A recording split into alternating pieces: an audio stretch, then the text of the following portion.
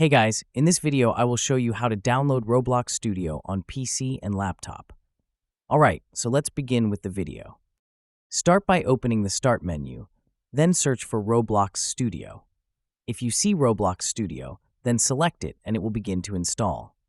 This is because Roblox Studio often comes with the Roblox Player app, just not installed.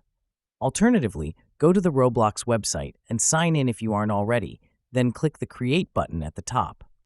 You can also go to More, then select Create in the Roblox app to get here. Go down to where it says Studio and wait for it. Then click the Download button. Wait for the installer to download. Then open the Download Manager and choose to show in Folder or Open File location. Double-click on the Roblox Studio installer file, then wait for the installation to complete. Once done, Roblox Studio should open and you will be signed in already if you've got the Roblox app.